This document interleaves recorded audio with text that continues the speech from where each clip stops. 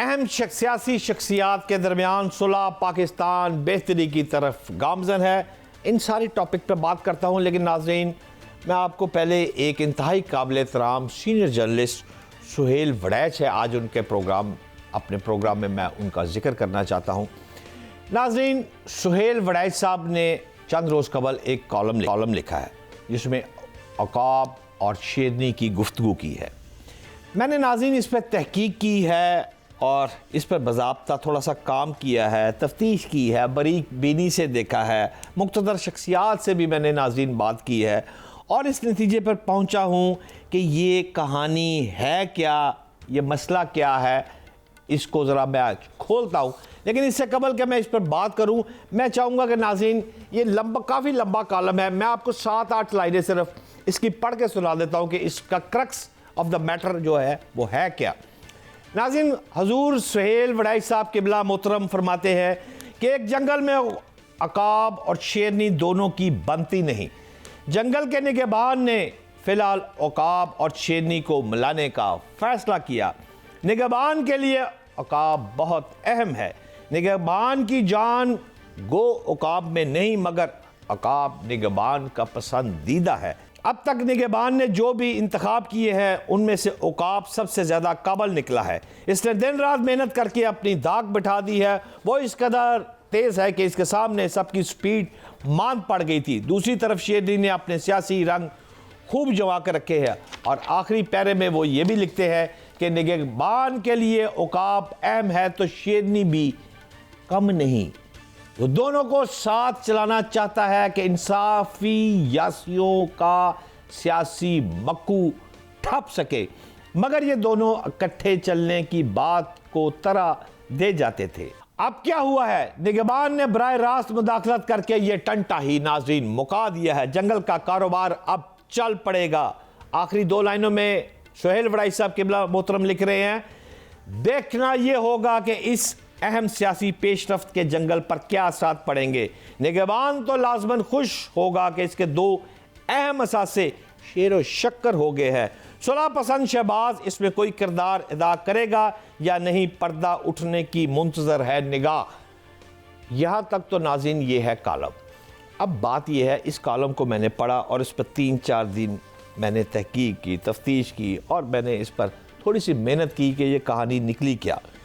ناظرین، میں آپ کو خبر بریک کرتا ہوں کہ یہ کہانی زومانی کہانی جو انہوں نے لکھی ہے، میں ذرا اس کو کھول کر آپ کے سامنے پیش کرنا چاہتا ہوں. ناظرین، یہ کہانی کچھ اس طرح ہے کہ پنجاب کی وزیر اعلیٰ قابل احترام مریم نواز صاحبہ ایک اڑان کر رہی تھی اور سہیل وڑیچ صاحب نے ان کو شیرنی سے تشبیہ دی ہے اور وزیر داخلہ محسن نقوی صاحب کو عقاب سے تشبیہ دی ہے. ان دونوں کے تعلقات جو تھے، گو کہ اس وقت جب care taker chief minister Punjab تھے محسن نقوی صاحب، اس وقت آئی جی دیکھ لیں کون تھا، CCP لاہور بلال صدیق کی امانہ، ایک لمبی فہرست ہے. وہی تمام افسران کیئر ٹیکر دور کے ابھی تک چل رہے ہیں. حالانکہ ایسا نہیں ہوتا.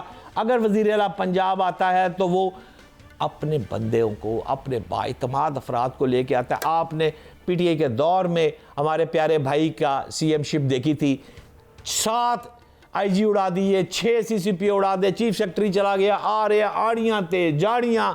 لیکن ناظرین، اس وقت تک تقریباً وہی افسران جو ہے وہ کام کر رہے ہیں. لیکن معاملات ایسے چل رہے تھے جیسے ٹرین کی پٹری ہوتی ہے، وہ ساتھ تو چلتی ہے لیکن وہ کبھی مل نہیں پاتی.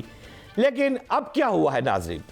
اب ہوا یہ ہے کہ جنگل کے بادشاہ نے فیصلہ صادر فرما دیا اور حکم جاری کیا، جس کے بعد CM پنجاب مریم نواز صاحبہ نے باضابطہ اپائنٹمنٹ لے کر وزیر داخلہ قابل احترام محسن نقوی سے اپائنٹمنٹ لی اور بعد ازاں ان کی رہائش گاہ پہنچی. رہائش گاہ پہنچنے کے بعد دونوں نے 100% تعاون کی یقین دہانی بھی ایک دوسرے کو کروائی اور معاملات کو لے کر آگے چلنے کی 100% یقین دہانی جب ہو گئی تو مریم نواز صاحبہ اس کے بعد رائے چلی گئی. اگلے دن اب یہ اسکرپٹ ہے، یہ اسکرپٹ کس نے لکھا ہے؟ جنگل کے بادشاہ نے لکھا ہے اور اس اسکرپٹ کے مطابق اگلے دن مریم نواز اپنا کام کر چکی ہے. اگلے دن کیا ہونا ہے؟ وزیر داخلہ محسن نقوی نے کیا کر رہے ہیں؟ انہوں نے اپنا کام اسی طرح کیا جو اسکرپٹ کے مطابق تھا. محسن نقوی صاحب نے اگلے دن باضابطہ اپوائنٹمنٹ کے لیے رائیونڈ رابطہ کیا میاں محمد نواز شریف صاحب کو. اپوائنٹمنٹ ملنے پر میاں محمد نواز شریف سے ملاقات کے لیے محسن نقوی صاحب رائیونڈ پہنچے اور اس موقع پر نواز شریف نے مریم نواز صاحبہ کو بھی اپنے ساتھ بٹھایا. یہاں پر ان دونوں کے جو معاملات ہوئے تھے، شیر و شکر والا معاملہ ہوا تھے، یہ سارے مل کر چلنے والی بات ہوئی تھی، یہ ساری بریفنگ میاں محمد نواز شریف کو دی گئی. ناظرین خبر بریک کر دوں یہاں پر آپ کو.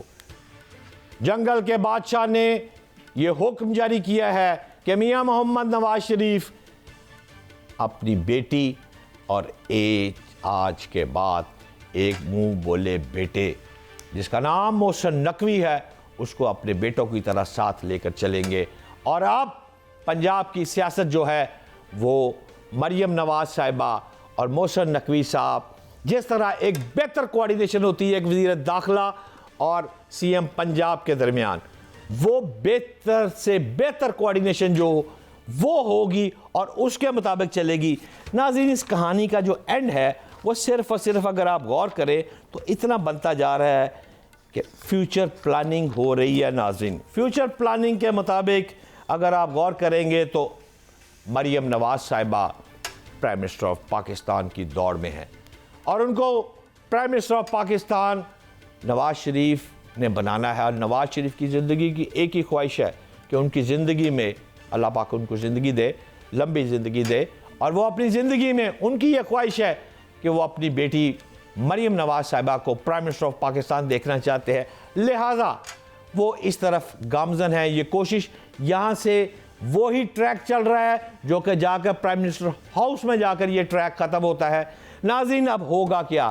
اب یہ ہے کہ ایک منصف بیٹھے گا جنگل کے بادشاہ کے نیچے جس کا نام ہے، اس منصف کا نام ہے میاں محمد نواز شریف. کسی بھی قسم کی وزارت داخلہ اور چیف منسٹر پنجاب کے درمیان اگر کوئی پرابلم آئے گی تو سب سے پہلے جنگل کے بادشاہ کے پاس جانے سے پہلے فائل میاں محمد نواز شریف صاحب کے پاس جائے گی اور وہ منصفانہ فیصلہ کریں گے جس کے بعد کام آگے چلے گا. اہم سیاسی شخصیات کے درمیان صلح پاکستان بہتری کی طرف گامزن ہے.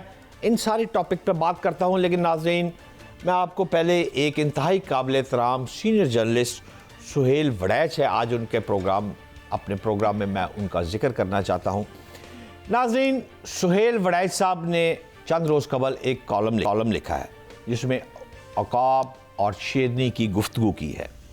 میں نے ناظرین اس پہ تحقیق کی ہے اور اس پر باضابطہ تھوڑا سا کام کیا ہے، تفتیش کی ہے، باریک بینی سے دیکھا ہے، مقتدر شخصیات سے بھی میں نے ناظرین بات کی ہے اور اس نتیجے پر پہنچا ہوں کہ یہ کہانی ہے کیا، یہ مسئلہ کیا ہے.